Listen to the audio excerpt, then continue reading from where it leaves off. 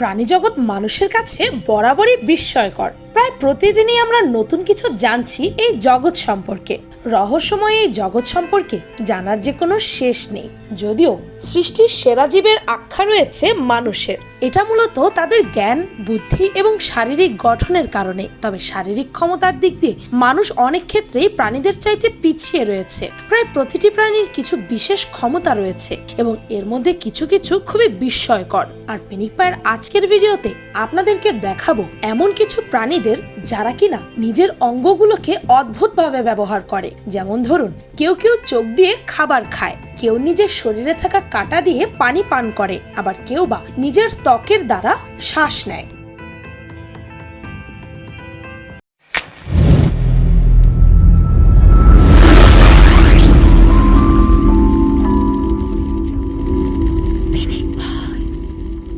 Number 1, চোখ দিয়ে খাবার গেলা। কি শুনে নিশ্চয়ই অবাক হচ্ছেন যে চোখ দিয়ে আবার খাবার গিলে কে খায়? হ্যাঁ, আমাদের খুব পরিচিত একটি প্রাণী যা আমাদের আশেপাশেই থাকে।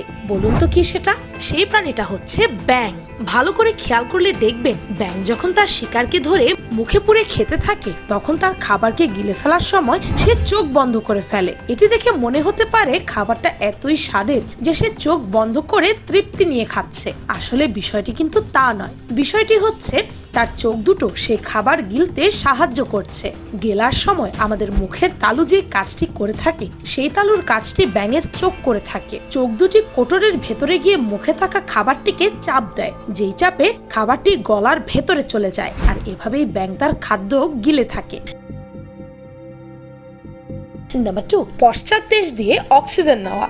শুনে অবাক হবেন যে পাছা দিয়ে আবার কোনো প্রাণী অক্সিজেন নেয় নাকি? বিষয়টি মজার হলেও সত্য যে আমাদের আরো একটি পরিচিত প্রাণী কচ্ছপ, যে কিনা তার মুখ ও পশ্চাৎদেশ উভয় স্থান দিয়ে তার প্রয়োজনীয় অক্সিজেন গ্রহণ করতে পারে। বিশেষ করে যখন তীব্র শীতে জলাশয় বরফে আচ্ছাদিত হয়ে যায়, কচ্ছপদের যখন পানির নিচে দীর্ঘ সময় পর্যন্ত পার করতে হয়, ঠিক সেই সময়টাতে তারা তাদের খোলসের ভেতরে সময় পার করে থাকে, যার দরুন তারা তাদের মুখের পরিবর্তে নিজেদের পশ্চাৎদেশ দিয়ে শ্বাস নিয়ে থাকে।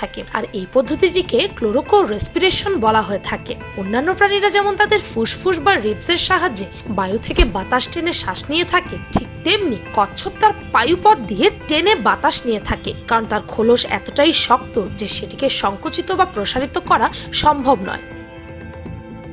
নাম্বার 3, চামড়ার সাহায্যে শ্বাস নেওয়া। বেঁচে থাকার জন্য অক্সিজেন যে কতটা জরুরি তা নিশ্চয়ই বলে বোঝানোর কোনো দরকার নেই। আর আমাদের এই অক্সিজেন নিতে সবচেয়ে বেশি সাহায্য যে ফুসফুস করে থাকে এটাও আমাদের সকলেরই জানা। কিন্তু ফুসফুস ছাড়াও মানবদেহের আরো একটি অঙ্গ আছে যা কিনা অক্সিজেন গ্রহণ করে থাকে, সেটি হচ্ছে আমাদের ত্বক।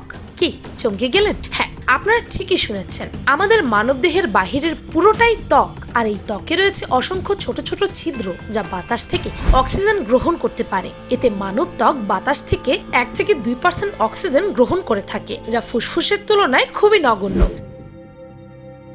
নাম্বার 4, চামড়ার সাহায্যে পানি পান করা। আচ্ছা, বুঝলাম চামড়ার সাহায্যে না হয় অক্সিজেন নেওয়া যায়, কিন্তু চামড়ার সাহায্যে কি পানি পান করা সম্ভব? হ্যাঁ, এখন আপনাদের এমন একটি প্রাণীর নাম বলবো যে কিনা তীব্র গরমের দেশ মরুভূমিতে বাস করে, যেখানে 1 ফোঁটা পানির জন্য হাহাকার করতে হয়। সেই প্রাণীটির নাম হলো মোলচ হরিডাস বা কাঁটাওয়ালা শয়তান। এই প্রাণীটি দীর্ঘ সময় মানে প্রায় কয়েক বছর পানি না খেয়ে বেঁচে থাকতে পারে। এর সামনে যদি আপনি একবার পানি দিয়েও রাখেন, সে খুশিতে আত্মহারা হয়ে সে পানি মোটেও খেতে শুরু করবে না, কারণ সে মুখ দিয়ে পানি গ্রহণ করতে পারে না। কি অবাক হলেন?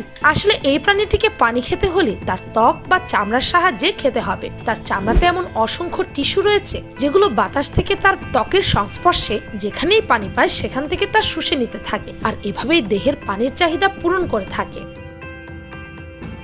নাম্বার 5, বেলুনের সাহায্যে শ্বাস গ্রহণ। না না, আমি এখন কোনো বার্থডে বেলুনের কথা বলবো না। এখন আপনাদের এমন এক প্রাণীর সাথে পরিচয় করিয়ে দেব যে কিনা শ্বাস নিলে তার মাথার বেলুন ফুলে ওঠে।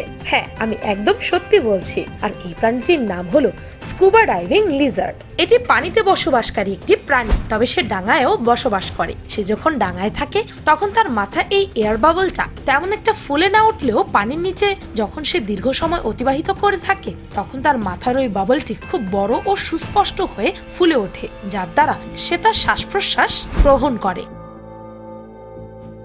নাম্বার 6, পা দিয়ে শুনতে পারা। পা দিয়ে শুনতে পারার এই অদ্ভুত কাজটি করতে পারে একমাত্র হাতি। আপনি হয়তো হাতির এত বড় কান দেখে মনে করবেন তারা হয়তো খুব ভালোভাবে শুনতে পারে, কিন্তু আপনি ভুল ভাবছেন। হাতির এত বড় বড় কান থাকা সত্ত্বেও এরা কান দিয়ে তত ভালোভাবে শুনতেই পায় না। হাতি কমিউনিকেশন করার জন্য ব্যবহার করে তাদের পা। 2006 সালে স্ট্যানফোর্ড ইউনিভার্সিটির একদল গবেষক প্রমাণ করেন যে হাতি মূলত পা দিয়ে শুনে থাকে। হাতি তার বিশাল পা দিয়ে মাটিতে আঘাত করে আর এই শব্দের সাথে এক ধরনের বিশেষ সংকেত পাঠায়। অন্য হাতি তার পা দিয়ে সংকেত মস্তিষ্কে প্রেরণ করে আর এভাবেই হাতি পা দিয়ে কমিউনিকেশন রক্ষা করে। মাটিতে হওয়া শব্দ অনুভব করার জন্য হাতির পায়ে এক ধরনের বিশেষ স্নায়ুতন্ত্র থাকে, যার সাহায্যে হাতি খুব সহজেই তার কানের কাজ সেরে ফেলতে পারে। নাম্বার 7, লুকানো কান। সম্ভবত এককালে উনি আপনার প্রতিবেশী ছিলেন। এমনিতেও ঘাস ফড়িংকে কে না চেনে। একটু কাছ থেকে ওর হাঁটুর কাছে উঁকি মেরে দেখবেন নাকি? বিশ্বস্ত সূত্রে জানা গেছে যে সেগুলো আসলে কান। আজ্ঞে হ্যাঁ, কান টানলে আপনার মাথা আসতে পারে। ঘাসফড়িং বাবুর মাথা আসবে না মোটেও, আসবে তার হাঁটু, কারণ তার কান দুটো হাঁটুতে। আর সে কানের বৈশিষ্ট্য কেবল হাঁটুতেই সীমাবদ্ধ নয়। প্রথমত ওর কানের পর্দা, সেই পর্দা তার অন্যান্য অঙ্গের তুলনায় মাত্র 13 গুণ বড়। আমাদের কানে সেটা 17 গুণ বড়। ফলে ওর কানে সব শব্দই বেশ উচ্চতারে বাজে। আপনি যেই শব্দকে গা শুনবেন, ঘাসফড়িং সেই শব্দকেই শুনবে ধা। তার উপর আমাদের অন্তঃকর্ণের পেঁচানো অংশটায় থাকে 20,000 সরু সরু চুল। ঘাসফড়িং এর থাকে মাত্র 15 থেকে 20 খানা। ফলে ঘাসফড়িং যে শব্দ তার নিজের শব্দের আশেপাশে সেগুলোই শুনতে পাবে। নাম্বার 8, একই সাথে 2টি প্রজনন অঙ্গ। আফ্রিকার সেরেঙ্গেটির সমতল ভূমিতে স্পটেড হায়না দেখা যায়। তারা দলবদ্ধভাবে থাকে এবং সেটা নারী প্রধান সমাজ। এখানে মেয়ে হায়নাদের বিশেষত্ব হলো তাদের পুরুষ হায়নাদের মতো পুংপ্রজনন অঙ্গ এবং একই সাথে স্ত্রীর প্রজনন অঙ্গ দুটি একই সাথে পাশাপাশি থাকে। তবে নারীদের প্রজনন অঙ্গটি অকার্যকর থাকে, মানে প্রজননের ক্ষেত্রে অংশগ্রহণ করে না। তবে বাচ্চা প্রসবের ক্ষেত্রে তারা সেই নারীদের প্রজনন অঙ্গটিকে কাজে লাগাতে পারে। ভাবতে পারছেন? নাম্বার 9, পা দিয়ে স্বাদ নেওয়া।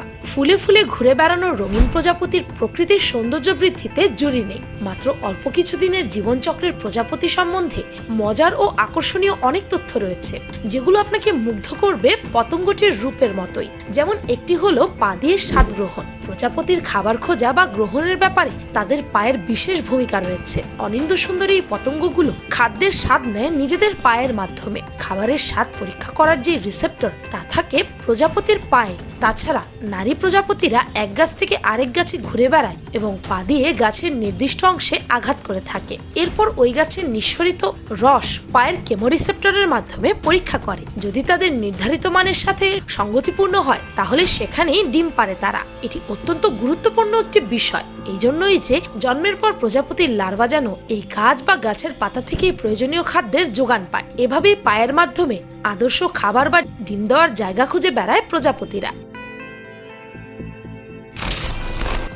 হেই, হোয়াটস আপ এভরিওয়ান।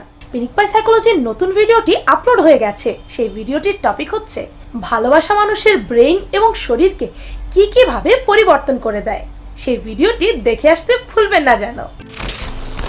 এই পৃথিবীর প্রাণীজগৎ কতই না বৈচিত্র্যময়। বিচিত্র স্বভাবের হাজারো প্রাণী ছড়িয়ে রয়েছে এই পৃথিবী জুড়ে। প্রকৃতির খেয়ালেই অনেক প্রজাতির প্রাণী তার নিকটাত্মীয়দের চেয়ে আলাদা। আকৃতি এবং আচার আচরণের নিজস্ব এক বৈশিষ্ট্য নিয়ে তারা দিব্যি বেঁচে রয়েছে এই পৃথিবীতে। আর এই অদ্ভুত প্রজাতির প্রাণীদের কার্যকলাপ মানুষকে অবাক করছে সবচেয়ে বেশি। প্রতিটি প্রাণী নিজস্ব কিছু স্বভাব বৈশিষ্ট্য ধারণ করে নিজের স্বকীয়তা বজায় রাখে, যা আমরা এতক্ষণ যাবৎ দেখতে পেলাম। এদের এই অদ্ভুত সব অঙ্গের কাজ আমাদের একদিকে যেমন অবাক করে, আবার কখনো কখনো আশ্চর্যও করে।